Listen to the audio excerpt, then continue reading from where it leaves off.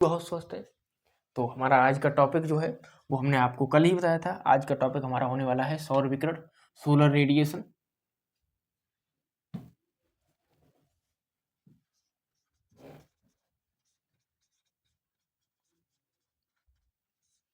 Solar radiation है ना, ये हमारा टॉपिक रहने वाला है। तो इसके बारे में सबसे पहले हम बात करते हैं कि सूर्य, पृथ्वी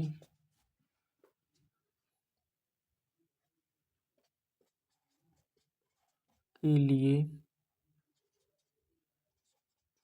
ऊर्जा का सबसे बड़ा स्रोत है ना। बात करते हैं सोलर रेडिएशन की।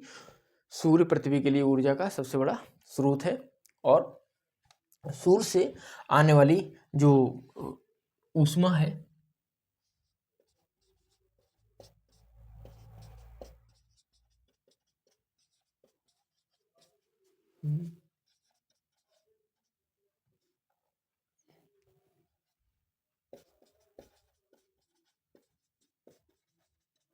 ऊष्मा क्या कहलाती है?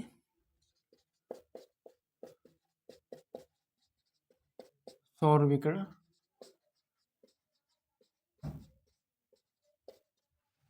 सूर्य से आने वाली समस्त ऊष्मा सौर विकिरण कहलाती है। और सूर्य से जो किरणें आती हैं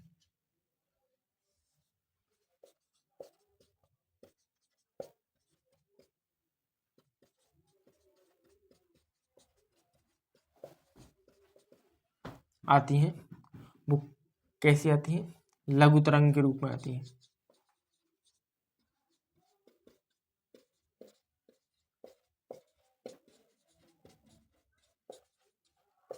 और ये लघु तरंग इतनी तीव्र होती है, लघु तरंग जो होती हैं वो इतनी तीव्र होती हैं कि जो लघु तरंग होती है वो इतनी तीव्र होती है कि वायुमंडल में उपस्थित कोई लेयर, कोई गैस, कोई जलवाष्प या धूल के कण इस सूर्य से आने वाली रोशनी को पृथ्वी की सतह तक आने से रोक नहीं सकते।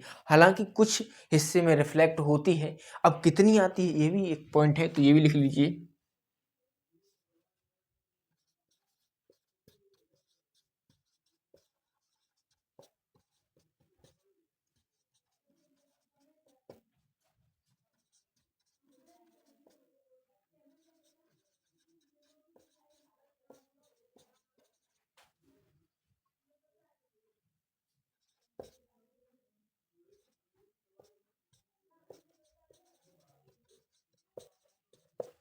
है ना, सूर्य की ऊष्मा का, जो सूर्य की ऊष्मा है उसकी ऊष्मा का 2 अरबवां हिस्सा हमें पृथ्वी पर प्राप्त होता है ना।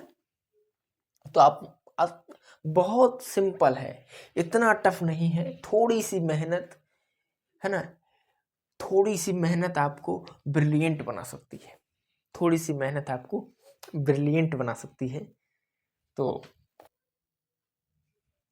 तो इसका नेक्स्ट चीज हम एक बात करते हैं इसकी, कि इस पे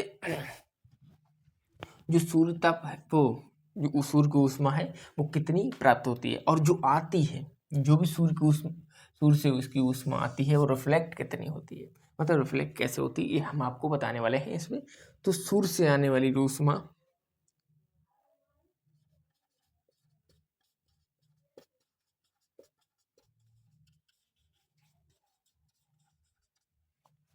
बादलों,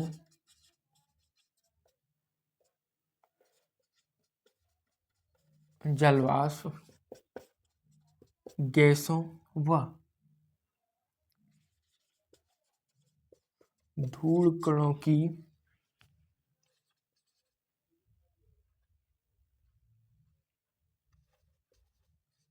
वजह से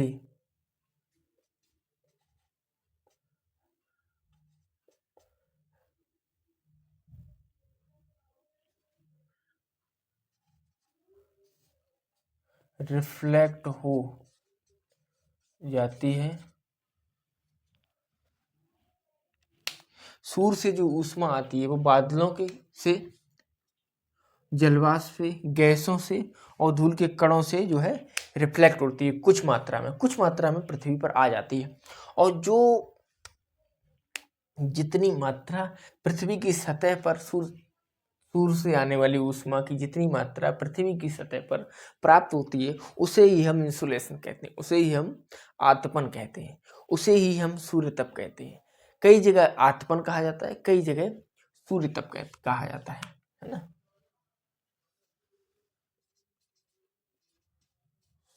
सूर्य की वह ऊष्मा जो पृथ्वी की सतह पर प्राप्त होती है आतपन कहलाती है ना। अब आप समझ गए होंगे कि आतपन और सौर विकिरण में क्या अंतर है ना। बहुत सिंपल है, there is not any difficult thing in the geography, है ना। अब यहां तक क्या डिफिकल्ट है, लिखा हुआ समझ आ रहा है, कोई दिक्कत तो नहीं है किसी को? दिक्कत है तो कमेंट बॉक्स में जरूर बताइए, ठीक है। कोई चीज अगर आपको समझ नहीं आ रही है तो कोशिश करिए कि मैं कोशिश करूंगा आपको समझाने की, लेकिन आप कमेंट बॉक्स में बताइएगा जो भी परेशानी आपको सामना करना पड़ रहा है। और ये जो सूर्य तप है, जैसे हम आतपन कहते हैं, ये जो सूर्य ताप है ये परिवर्तनशील होता है।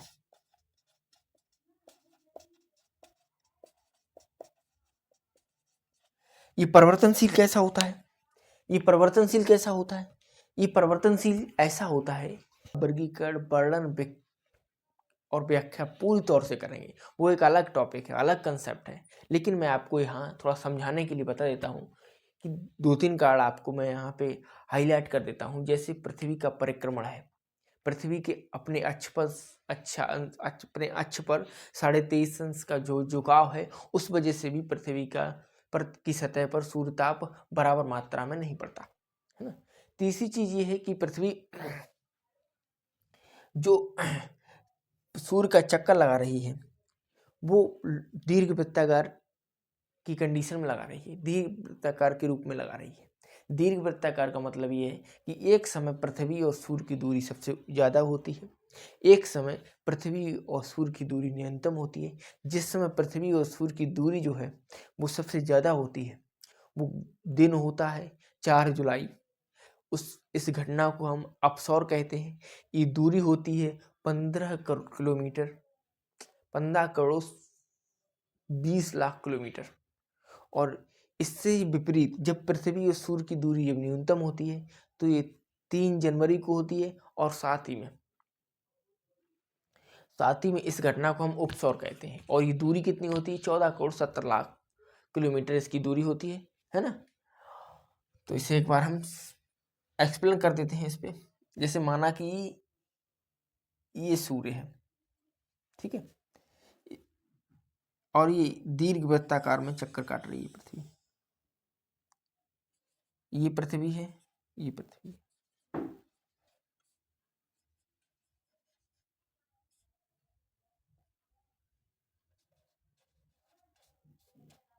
ठीक है।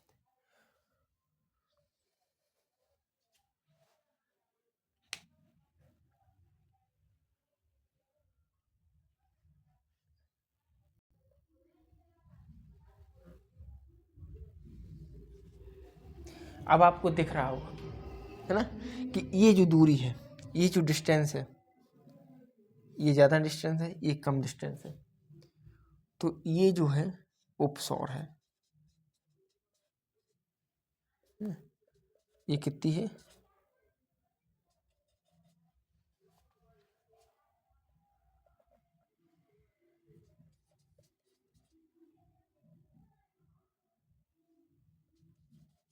है ना, ये कितनी है? 15 × 20।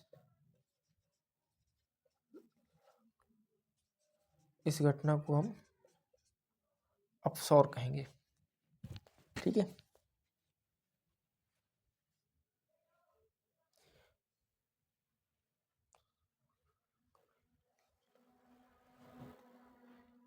ये कंडीशन है। मैं आपको अब समझाता हूँ। पृथ्वी की जो सूर्य से दूरी है वो न्यूनतम दिख रही है आपको, कितनी है? 14,70,00,000 किलोमीटर। तो ये घटना कौन सी है? ये उपसौर घटना है, इस नाम को हम उपसौर कहेंगे। अब ये आप इस चीज से भी जान सकते हैं, जैसे उप प्रधानमंत्री होता है, उपराष्ट्रपति होता है, उप मुख्यमंत्री होता है, उपराज्यपाल होता है। इतना तो समझते होंगे। उप का मतलब होता है छोटा, है ना। तो जब उप का मतलब छोटा है, मतलब कम, छोटा।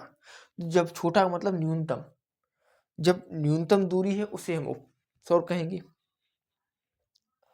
अपसौर मतलब बड़ी, है ना। अपसौर घटना कब होती है? अपसौर घटना होती है, ये घटना होती है हमारी 4 जुलाई को, और ये होती है 3 जनवरी को, है ना।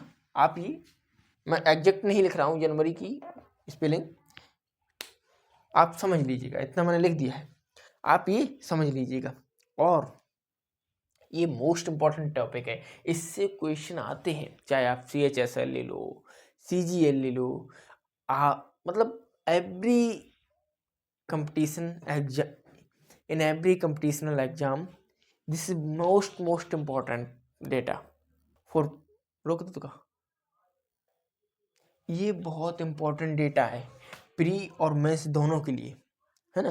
प्री और मेंस दोनों के लिए है, चाहे किसी भी कंपटीशन की तैयारी आप कर रहे हो, ये बहुत इंपॉर्टेंट रहेगा आपके लिए, बहुत अच्छा। और प्री की दृष्टि से तो आप समझ ही नहीं सकते कितना इंपॉर्टेंट है ये, है ना।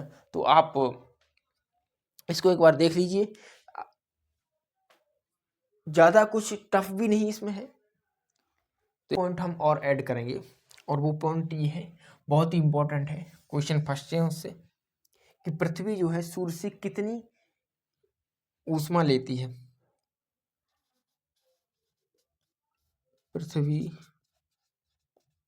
औसतन वायुमंडल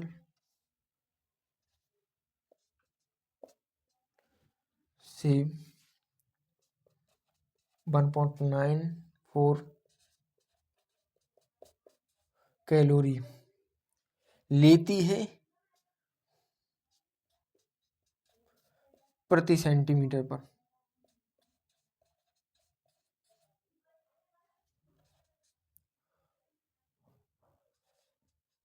प्रति मिनट में, है ना।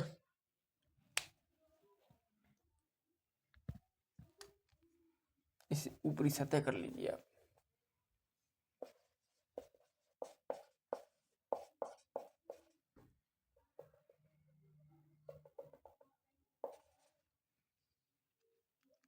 तो ये आपका है, जिससे आप एक बार रिवाइज करवाते हैं हम आपको, उसके बाद नेक्स्ट टॉपिक शुरू करते हैं। सूर्य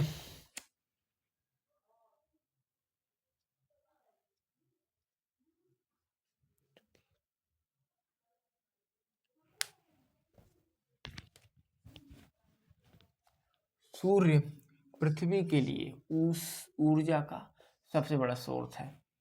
सूर्य जो है वो पृथ्वी के लिए सबसे बड़ा स्रोत है, सब जानते हैं। सूर्य से आने वाली समस्त ऊष्मा क्या कहलाती है? सौर विकिरण।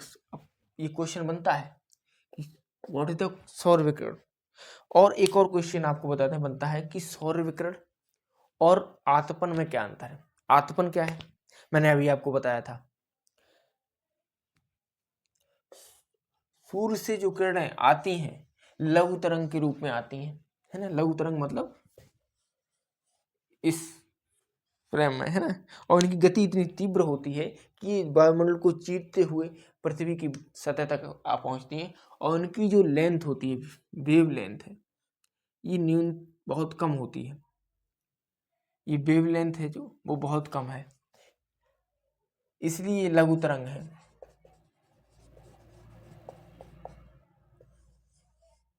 इनकी वेव लेंथ ज्यादा है तो ये दीर्घ तरंग हो गई। और इसी के साथ एक पॉइंट मैं आपको नोट करा रहा हूं, करिए नोट, कि जब भी ये सूर्य की ऊष्मा जलवाष्प, गैस, धूल के कणों और बादलों से रिफ्लेक्ट होकर वापस जाती है तो किस तरंग के रूप में जाती है? लघु तरंग के रूप में जाती है या दीर्घ तरंग के रूप में जाती है? तो ये जो वापस जब जाती है, ये पृथ्वी की सतह से जब आती है, वायुमंडल से जब रिफ्लेक्ट होती है, तो ये तो लघु तरंग में आती है, ठीक है, तरंग में आती है, और ये जाती है तो दीर्घ तरंग में जाती है। जब भी वापस होती है, जब ये रिफ्लेक्ट होकर, इन चीजों से रिफ्लेक्ट होकर जब ये वापस जाएगी, ये पृथ्वी की सतह से रिफ्लेक्ट होकर वापस जाएगी, तो ये दीर्घ तरंग में जाती है वापस, है ना।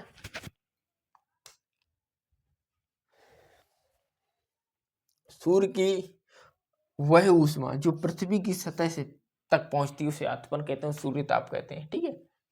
इसका 2 अरबवां हिस्सा, सूर्य की जो ऊष्मा है उसका 2 अरबवां हिस्सा हमें पृथ्वी की सतह पर प्राप्त होता है, ओनली 2 अरबवां हिस्सा, है ना। ये सारे पॉइंट आपके लिए आवश्यक हैं, बहुत इंपॉर्टेंट है।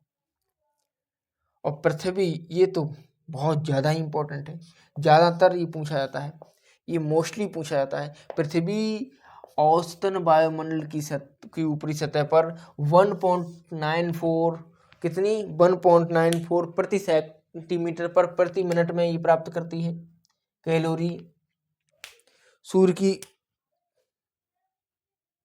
कितनी प्राप्त करती है, ये आपको रट लेना है एक तरीके से। पृथ्वी औसतन वायुमंडल की ऊपरी सतह पर 1.94 कैलोरी प्रति सेंटीमीटर पर प्रति मिनट में प्राप्त करती है। तो ये हमारा जो सौर विकिरण था ये यहाँ तक हो चुका है पूरा, है ना। यहीं तक सौर विकिरण है, इससे ज़्यादा इम्पोर्टेंट जो इम्पोर्टेंट टॉपिक्स की चीज़ें हैं वो मैंने आपको यहाँ कवर कराई हैं, ठीक है। मैं आशा करता हूँ आप लोग बहुत स्वस्थ रहें। अगर नेक्स्ट वीडियो को शेयर करना ना भूलें, बहुत ज़रूरी है, क्योंकि आप लोगों ने शेयर किया नहीं है ना। सब्सक्राइब और शेयर करना वो केवल वीडियो, है ना। तो अब नेक्स्ट में हम आगे से पढ़ेंगे इसकी जो सूर्य तप जो होता है, जो सूर्य तप है इसकी भिन्नता क्यों होती है,